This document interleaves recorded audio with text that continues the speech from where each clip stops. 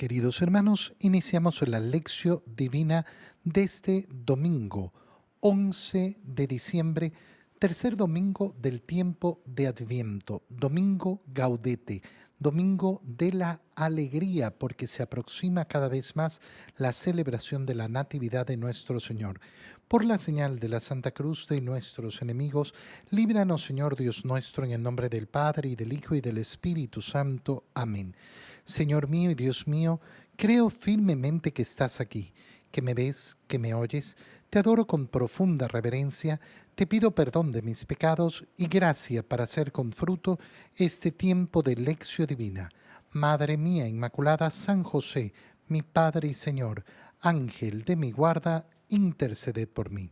En la primera lectura de este domingo leemos el libro del profeta Isaías, capítulo 35, versículos 1 al 6 y 10. Esto dice el Señor: regocíjate, yermo sediento, que se alegre el desierto y se cubra de flores, que florezca como un campo de lirios, que se alegre y dé gritos de júbilos, porque le será dada la gloria del Líbano, el esplendor del Carmelo y del Sarón. Ellos verán la gloria del Señor, el esplendor de nuestro Dios. Fortalezcan las manos cansadas, afiancen las rodillas vacilantes, digan a los de corazón apocado: ánimo, no teman. He aquí que su Dios vengador y justiciero viene ya para salvarlos. Se iluminarán entonces los ojos de los ciegos y los oídos de los sordos se abrirán. Saltarán como un venado el cojo y la lengua del mudo cantará. Volverán a casa los rescatados por el Señor, vendrán a Sión con cánticos de júbilo, coronados de perpetua alegría. Serán su escolta el gozo y la dicha, porque la pena y la aflicción habrán terminado. Palabra de Dios. Y hemos leído durante esta semana esta lectura del profeta Isaías. Y es importantísimo retomarla en este tercer domingo de Adviento, que como he dicho es el domingo Gaudete, domingo de la alegría. ¿Y cuál es la primera palabra que escuchamos en la liturgia de este día? Regocíjate, alégrate.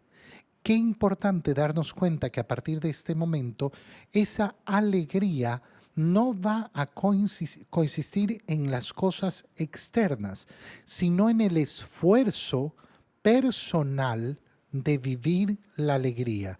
Que se alegre el desierto. ¿Cómo se puede alegrar el desierto? ¿Cómo se puede cubrir de flores? ¿Cómo puede florecer como un campo de lirios? Que se alegre y dé gritos de júbilo el desierto. Pero el desierto no va a florecer. Bueno, lo que se nos está diciendo es cómo la realidad externa no es la que se va a transformar. ¿Qué es lo que se tiene que transformar? ¿Qué es lo que tiene que florecer? Nuestro corazón ante el conocimiento de lo que hace el Señor por nosotros. Ellos verán la gloria del Señor, el esplendor de nuestro Dios. Solo ahí está la verdadera alegría, en aquel que contempla la gloria del Señor, el esplendor de nuestro Dios. Y fíjate en lo que dice: fortalezcan las manos cansadas, afiancen las rodillas vacilantes, digan a los de corazón apocado: ánimo, no teman, viene el Señor. Entonces, son acciones que tenemos que realizar nosotros. Es importantísimo recordar que en el tiempo de Adviento nos dedicamos a cultivar virtudes, la alegría entre ellas. La alegría tiene que estar entre esas virtudes que vamos efectivamente trabajando en el tiempo de Adviento. Se iluminarán entonces los ojos de los ciegos, los oídos de los sordos, saltará el cojo, la lengua del mundo cantará, Volverán a casa los rescatados por el Señor. Vamos a ver cómo en el Evangelio se cumplen estas palabras. Se va cumpliendo efectivamente lo que dice Isaías. Ya lo hemos estado viendo en este tiempo de Adviento. Hemos estado viendo esas obras milagrosas del Señor. Y se nos está presentando estas obras milagrosas del Señor justamente para al contemplarlas, ver la gloria del Señor y llenar nuestro corazón de alegría. Vendrá a Sión con cánticos de júbilo coronados de perpetua alegría. Serán su escolta el gozo y la dicha. Este es el modo en que tiene que vivir el cristiano. ¿Por qué? Porque la pena y la aflicción habrán terminado. Y cualquiera me podrá decir, pero padre, en este mundo no se terminan la pena y la aflicción. Y de nuevo, la virtud de la alegría no depende del exterior. Depende de la decisión con la que abramos los ojos y veamos cada uno de nosotros la gloria de Dios. En la segunda lectura, leemos la carta del apóstol Santiago, capítulo 5, versículos 7 al 10. Hermanos, sean pacientes hasta la venida del Señor. Vean cómo el labrador, con la esperanza de los frutos preciosos de la tierra, aguarda pacientemente las lluvias tempraneras y las tardías. Aguarden también ustedes con paciencia y mantengan firme el ánimo, porque la venida del Señor está cerca. No murmuren, hermanos, los unos de los otros, para que el día del juicio no sean condenados. Miren que el juez ya está a la puerta. Tomen como ejemplo de paciencia en el sufrimiento a los profetas, los cuales hablaron en nombre del Señor. La segunda lectura de la carta del apóstol Santiago nos recuerda la base de la alegría. Para poder trabajar la virtud de la alegría en nuestra vida, ¿qué necesitamos? Necesitamos trabajar la virtud de la paciencia. La virtud de la paciencia es en el tiempo de Adviento la virtud primaria, la virtud principal. ¿Qué estamos haciendo en el tiempo de Adviento? ¿Qué es el tiempo de Adviento? Tiempo de espera. Tiempo de espera por el advenimiento, por la venida de nuestro Señor. Ven, Señor Jesús, es la frase que marca este tiempo de Adviento. Y por tanto, lo que tenemos que trabajar con más insistencia en este tiempo de Adviento es la paciencia, esa virtud que tiene que nacer en nuestro corazón, esa espera dichosa en el Señor, y esperamos llenos de paciencia, no angustiados, no llenos de sobresalto. Por eso es que el mundo, para combatir la verdadera vía, el verdadero camino cristiano, de que ha llenado la Navidad de sobresalto y de angustia, para que nos alejemos lo más posible del Señor. Por eso es que tenemos que luchar por esa paciencia. Y esa paciencia va a ser la base de la alegría. Si yo me pregunto, ¿por qué tengo tanta amargura en mi corazón? Y la respuesta es por las cosas externas. Entonces no he conocido dónde está la alegría, dónde está la solución a la amargura. Pero además, tengo que revisar inmediatamente cómo está la virtud de la paciencia en mí. Hermanos, nos dice Santiago, sean pacientes. ¿Hasta cuándo? Hasta la venida del Señor. ¿Y cuándo viene el Señor? No lo sabemos. Yo espero que venga hoy. El anhelo de mi corazón, el anhelo del amante de Cristo, es que venga hoy, que el Señor venga hoy. Vean cómo el labrador, con la esperanza de los frutos preciosos de la tierra, aguarda pacientemente. Si yo conozco cuáles son los frutos del reino de Dios, si yo conozco la dicha que me ofrece el Señor, entonces crece en mí la paciencia. Aguarden también ustedes con paciencia y mantengan firme el ánimo. Fíjese cómo siempre son acciones que tenemos que realizar nosotros. No dependen del exterior, porque la venida del Señor está cerca. Un modo de ganar esa paciencia es no murmurar. No murmurar los unos de los otros. Primero, para que el día del juicio no seamos condenados. No llenarnos de murmuraciones. Aquel que llena su vida de murmuraciones en contra de los demás, siempre tiene la impaciencia de que todos cambien, de que todos cambien, de que yo voy a ser feliz, yo voy a tener el corazón alegre, yo voy a salir de la amargura cuando los demás cambien. Y se quedará esperando siempre. Y por eso nunca saldrá de la amargura, porque no tomará la decisión de vivir en la paciencia la alegría del Señor. Tomen como ejemplo la paciencia en el sufrimiento a los profetas, los cuales hablaron en el nombre del Señor.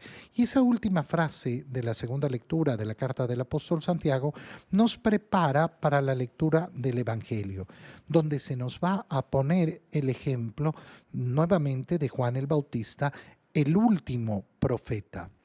En el Evangelio, entonces, leemos el Evangelio de San Mateo, capítulo 11, versículos 2 al 11.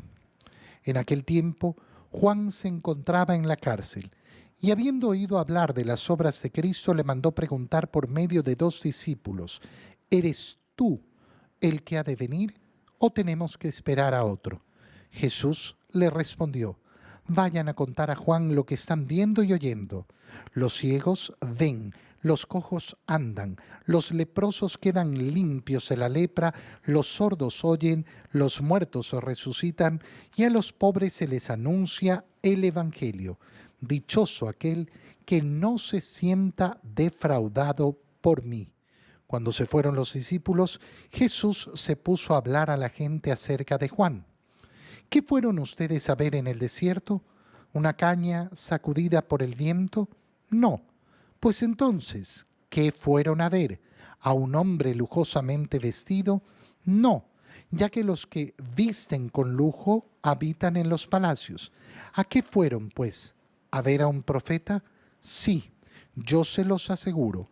Y a uno que es todavía más que un profeta, porque de él está escrito, he aquí que yo envío a mi mensajero para que vaya delante de ti y te prepare el camino. Yo les aseguro que no ha surgido entre los hijos de una mujer ninguno más grande que Juan el Bautista. Sin embargo, el más pequeño en el reino de los cielos es todavía más grande que él. Palabra del Señor.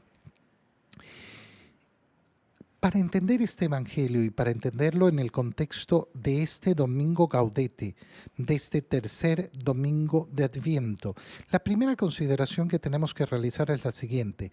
La Santa Misa de este domingo nos invita desde el inicio a regocijarnos. Estamos diciendo que estamos celebrando este Domingo Gaudete, Domingo de Alegría, y estamos diciendo lo importante que es vivir la virtud de la alegría. Y es fácil darse cuenta que la preparación para la Navidad tiene que ser una preparación en la alegría, que yo tengo que asegurarme de vivir una verdadera alegría. Y a eso nos invita la Iglesia en este día, sí, por supuesto. Pero entonces se vuelve rarísimo que la frase con la cual se abre el Evangelio, que se esperaría nos va a contar una cosa alegrísima, es la siguiente. En aquel tiempo Juan se encontraba en la cárcel. Mira qué contradicción más fuerte. Alégrense, en aquel tiempo Juan se encontraba en la cárcel. Chusa, pero parece que no es el modo más lógico de buscar la alegría. No es el modo de encontrar la alegría. Y nos muestra además a un Juan sumamente perturbado dentro de la cárcel. Nos dice que Juan, estando en la cárcel, habiendo oído hablar de las obras de Cristo, le manda a preguntar, manda a 2 discípulos de él a preguntarle a Jesús, ¿eres tú el que ha de venir o tenemos que esperar a otro? Esta pregunta es sumamente extraña. ¿Por qué? Porque Juan ha sido el que ha señalado al Cordero de Dios. Este es el Cordero de Dios. Juan sabía perfectamente que su misión era preparar el camino para el que venía después de él, al que no conocía, pero que sabía que no era digno de desatarle las sandalias. Esto lo hemos leído el domingo pasado. Sin embargo, ahora parece que entra en dudas y no sabe si estaba en lo correcto o no. Alguna vez escuché a una persona haciendo una exégesis de esta lectura diciendo, no, lo que pasa es que Juan no tenía dudas, lo que pasa es que quería mandar a sus discípulos para que se encontraran con Jesús. Ya, pero eso sería una manipulación, eso sería un evangelio que usa la mentira, el engaño, la cosa así, curva, no recta, para el encuentro con Jesús, lo cual no tiene ningún sentido. Más sentido da darnos cuenta de que cuando tenemos que enfrentar situaciones difíciles, viene la oscuridad propia de la situación difícil. Juan está enfrentando la cárcel, está enfrentando un momento sumamente duro, un momento además del cual no va a salir, no lo van a soltar de la cárcel, va a salir muerto, decapitado de la cárcel.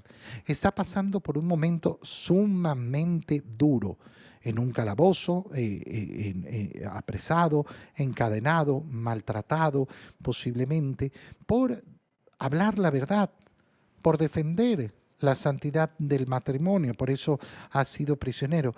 Y es normal que venga el momento de dudas. A veces creemos que los profetas o los santos son personas que siempre están en un solo nivel. Es que siempre hablaba palabra de Dios. No, el profeta anuncia la palabra de Dios, pero no significa que está en todo momento y toda palabra que dice está en esa presencia del Señor y recibiendo esa iluminación. Como sucede en la vida de cada uno de nosotros, donde hay momentos altos y momentos bajos. Lo mismo sucede con Juan. En este momento está en un momento sumamente bajo. Está en la cárcel, está sufriendo. Y el demonio lo tienta. Mira, no cumpliste la misión. Anunciaste a uno que tal vez no era, pero Juan escucha las obras. Y por eso cuando los discípulos de Juan llegan donde Jesús, Jesús les responde enseguida, no los retiene para sí, vayan a contar a Juan lo que están viendo y oyendo. Vayan a llenar el corazón de Juan, vayan a darle ánimo a ese corazón de Juan. Vayan a decirle que los ciegos ven, los cojos andan, los leprosos quedan limpios, los sordos oyen, los muertos resucitan y a los pobres se les anuncia el evangelio. Dichoso el que no se sienta defraudado por mí. ¿Qué está mandando a decirle el Señor a Juan? Sí, yo soy. Alégrate, alégrate. Pero Señor, ¿no sería mejor que lo saques de la cárcel? No. Sería muy bello que salga de la cárcel, pero resulta que lo que le está tocando vivir en este momento es la cárcel. Y resulta que la alegría la tiene que mantener también en esa situación. Mira cómo el Evangelio, que eso es lo que nos está diciendo, lo que estoy diciéndote desde el inicio de esta lección. La alegría cristiana no depende del exterior. Si yo tengo amargura en mi corazón, deja de echarle la culpa a otros. No, es que cuando los otros cambien, cuando el mundo cambie, cuando todo sea distinto, entonces yo saldré de la amargura. No, falso. Eso es falso. La segunda parte del Evangelio nos va a dar una idea todavía más profunda de dónde sacar nuestra alegría. Fíjate bien, en la segunda parte del Evangelio el Señor comienza a hablar a los discípulos, comienza a hablarle a la gente acerca de Juan y comienza a preguntar, ¿qué fueron a ver al desierto? ¿Una caña que se sacudía? ¿A un hombre bien vestido? No. ¿Pero qué fueron a ver? ¿Fueron a ver a un profeta? Sí, les dice. Ciertamente que es un profeta. Pero yo les aseguro además que es mucho más que un profeta. ¿Por qué? Porque los profetas anunciaron la venida del Señor. Pero a ningún profeta le tocó ver y señalar, este es el Cordero, este es el enviado, este es el Mesías, este es el que esperábamos. Juan, por tanto, se coloca en la cima de todos los profetas. Es más que todos los profetas, el profeta que une el Antiguo Testamento con el Nuevo Testamento. De él está escrito, he aquí que yo envío mi mensajero para que vaya delante de ti y te prepara el camino. Es decir, que no solo estaba anunciado el Mesías, sino que estaba anunciado el profeta precursor, que es Juan el Bautista. E inmediatamente viene el elogio más grande que Jesús lanza sobre cualquier persona en el Evangelio. Yo les aseguro que no ha surgido entre los hijos de una mujer ninguno más grande que Juan el Bautista. ¿Qué está diciendo el Señor? No hay un hombre más grande que Juan el Bautista. Pero mira la frase que sigue. Sin embargo, el más pequeño en el reino de los cielos es todavía más grande que él. ¿Cómo puede ser esto? Muy sencillo. Juan, en la historia de la humanidad, es el más grande de los hombres nacidos de mujer, el último profeta. Su misión en esta tierra no tiene parangón, es enorme, es gigantesca. Sin embargo, toda esa gloria que tiene en la tierra de tener esta misión no se compara con lo que vamos a tener en el reino de los cielos. El más pequeño en el reino de los cielos es más grande que él, pero todavía significa algo mucho más profundo. Fíjate bien, Juan el Bautista, que es el más grande entre los profetas, el que señaló, este es el Cordero de Dios, nunca en su vida terrena pudo hacer una procesión, una fila, para recibir la carne y la sangre de ese Cordero. No pudo recibir en su vida terrena la comunión. Juan el Bautista, que bautizó para preparar la llegada del Señor, no pudo en su vida terrena recibir el bautizo, convertirse en esta vida en hijo de Dios. Tuvo que esperar a su muerte y después a que se realizara la obra redentora de Cristo para poder gozar de la gloria de Dios. Pero en este mundo no pudo gozar de eso. Tú y yo sí. Tú y yo podemos gozar de la santidad, de la gracia, del amor de Dios, de una manera como Juan no la pudo gozar en su vida. Por tanto, si yo me empeño en vivir en la amargura, es porque no quiero ver la grandeza de lo que me ofrece el Señor. Te doy gracias, Dios mío, por los buenos propósitos, afectos e inspiraciones que me has comunicado en este tiempo de lección divina. Te pido ayuda para ponerlos por obra. Madre mía Inmaculada, San José, mi Padre y Señor, Ángel de mi guarda, interceded por mí. María, Madre de la Iglesia, ruega por nosotros. Queridos hermanos, un feliz domingo gaudete para todos.